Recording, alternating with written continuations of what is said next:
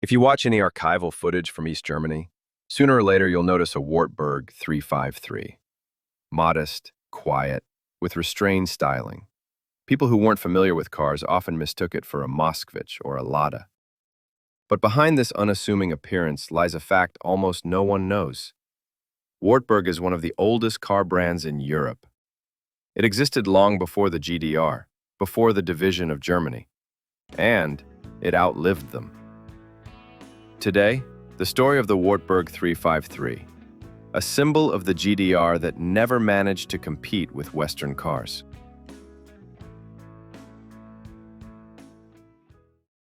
The story begins at the end of the 19th century, in 1899.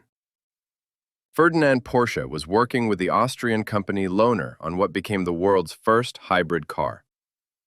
It appeared a year later under the name Lohner-Porsche.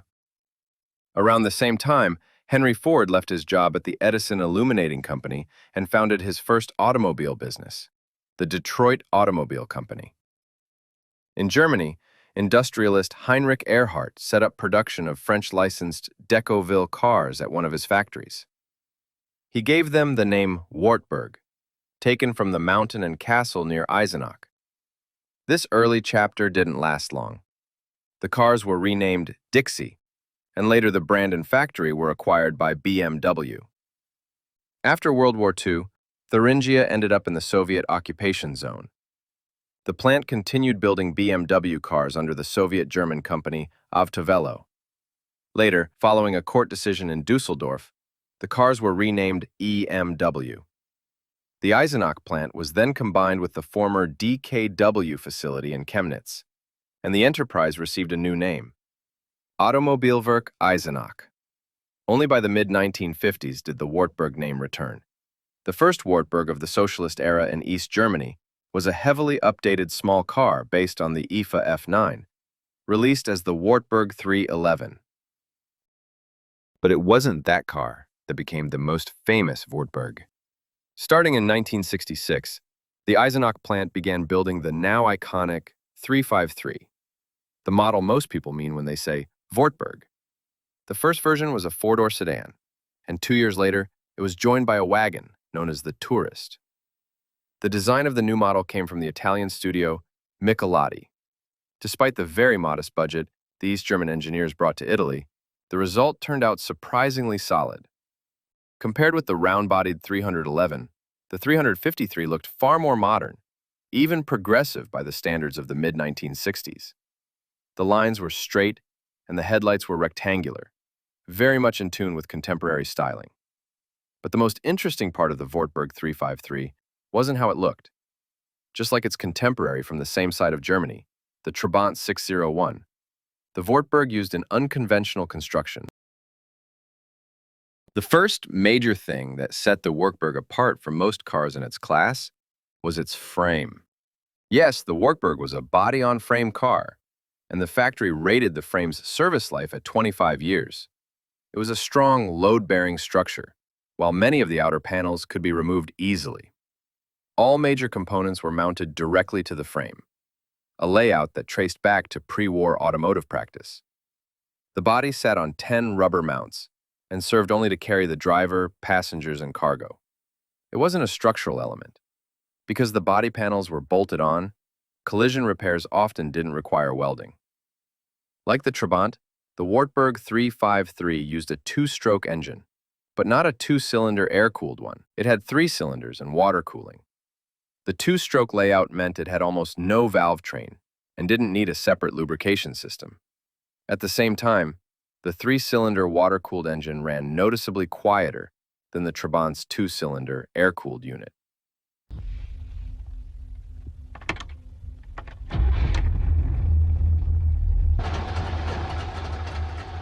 For a 993 cubic centimeter engine, the Wartburg's output was quite respectable, 50 horsepower, and later 55 to 57 horsepower.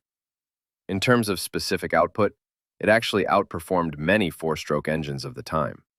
The downside of this relatively high-performance two-stroke was its sensitivity to the quality, and especially the type of oil mixed directly with the fuel. There was another issue. Two-stroke engines didn't like long periods of engine braking. Under those conditions, lubrication was insufficient for the load on the moving parts. To prevent the crankshaft from being forced to rotate through the drivetrain during engine braking, engineers fitted the four-speed gearbox with a free wheel mechanism, controlled by a small lever next to the steering wheel. It allowed the engine to disengage from the transmission. With the freewheel engaged, the driver could shift gears almost without using the clutch. The clutch was needed mainly to start from a standstill. Leaving the drivetrain in rigid connection, freewheel off, was recommended only on slippery roads. There was also a Hycomat semi-automatic version. You still shifted manually, but there was no clutch pedal at all. The Wartburg had front-wheel drive, unusual for a German car of the 1960s, even though the global industry was gradually moving in that direction. The suspension layout of the Wartburg 353 was also reminiscent of the Trabant. The front used an independent setup with a transverse leaf spring, while the rear axle combined a tubular beam with a pair of trailing arms. Structurally, this design could be traced back to very early automobiles, yet its handling was considered acceptable for the era and for the engine's modest power. Given its exterior dimensions, both the 353 sedan and the 353 tourist wagon offered a surprisingly roomy cabin with a flat floor. There was no transmission tunnel thanks to the body-on-frame design. The tourist version also featured an exemplary cargo opening. Because the taillights were mounted on the tailgate, the opening was made as wide and low as possible. In terms of usability, the Wartburg Tourist's luggage area easily outclassed almost all of its classmates, and, honestly, many modern cars as well. After it went on sale, the Wartburg settled firmly into the middle segment of the Eastern Bloc market, alongside the Moskvich, the Polish-built Fiat 125P, the Romanian Dacia, and the Czechoslovak Škoda. For East Germans, the Wartburg quickly became a very desirable purchase, and in other socialist countries, it also managed to offer at least some level of competition. The basic trim level was nothing surprising, simple and modest. Better equipped versions, however, offered the previously mentioned semi-automatic transmission and even a sunroof, a feature not every Western European car could boast, let alone one from the socialist camp. In the UK, where it was sold as the Wartburg Knight, things were tougher. It struggled to compete not only with domestic British and Western European cars, but even with other imports from the Eastern Bloc. The main issue was its two-stroke engine, acceptable in Eastern Europe, but poorly received on the Isles. Competition from Moskvich, Škoda, and especially Lada also played a major role. Against them, again mostly because of the engine, the Wartburg saw little demand. Even so, it remained on the British market right up to the end of the 1980s, albeit with modest sales. Aware of where automotive trends were heading, and already having a potentially modern front-wheel drive platform, the engineers in Eisenach decided in 1968 to create their own hatchback, a class that would later become known as the Golf segment. The result was the front-wheel drive two-box prototype 355 coupe. Between 1968 and 1973, only 4 prototypes of the 355 were built. Unfortunately, despite being fitted with a 4-stroke Renault engine, the project never came close to series production. There was no approved funding, and the regular Wartburg 353 already enjoyed stable demand within carmaking markets. But a foreign engine under the hood, and the experimental Wartburg itself, did not appear by accident. East German engineers understood that the market needed a fundamentally new Wartburg. First, with a modern 4-stroke gasoline engine, and second, with a unibody design. This led to the Wartburg 360 prototype, equipped with the already mentioned Renault engine. But it never progressed beyond the experimental stage. And then, more. The 360's resemblance to Škoda was also not a coincidence. East German and Czechoslovak engineers planned a joint development of a new Golf-class car. The project received the name RGW Auto P760, and production was intended to involve Škoda, Wartburg, and even Trabant.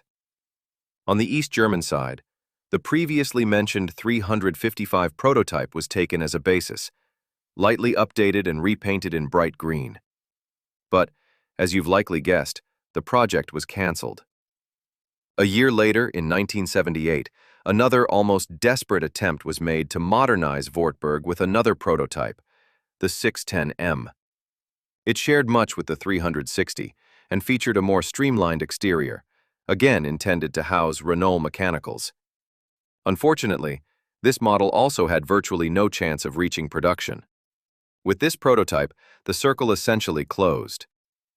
East German engineers abandoned hopes of updating Wartburg and focused on producing the existing 353, especially since demand remained strong. The waiting list for a car was at least 3 years, and in some cases reached 10.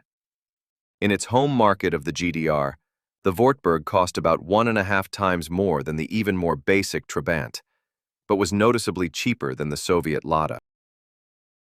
In 1977, a pickup version joined the sedan and wagon. Wartburg received its first notable update only in 1985. The power of the two-stroke engine was slightly increased, and chrome trim was replaced with plastic. But this update came too late and could no longer change the fate of a rapidly aging car. For comparison, Lada received a similar cosmetic refresh back in 1980, and in 1984, the front-wheel drive Lada Samara appeared, a level to which Wartburg was nowhere close. Even worse, by that time, East German engineers had no real developments for a new generation that could replace the 353 on the production line. A brief chance to save the Wartburg appeared in 1988, when Volkswagen offered to fund local production of its engines in the GDR, which meant such powertrains could be installed in our protagonist as well. As a result, the aging model finally received a modern 1.3-liter engine, producing 64 horsepower. This new engine required major modifications to the platform. It had to be mounted transversely and paired with a different transmission. The updated car was named Wartburg 1300, and along with the new powertrain, its exterior was slightly refreshed. Unfortunately, neither this heart transplant nor the cosmetic upgrades could save it, for a simple reason. East and West Germany were reunifying, and the fate of socialist cars like Wartburg and Trabant was effectively sealed. The main character of our story became history in 1991, when the Eisenach plant was acquired by GM. In terms of production volume, Wartburg lagged far behind the more affordable Trabant. Around 1,300,000 units of the 353 were built over 25 years, while the Trabant exceeded 3 million units. Because none of its prototype successors ever reached mass production or gained public recognition, the Wartburg name remains associated almost entirely with a single model, the 353.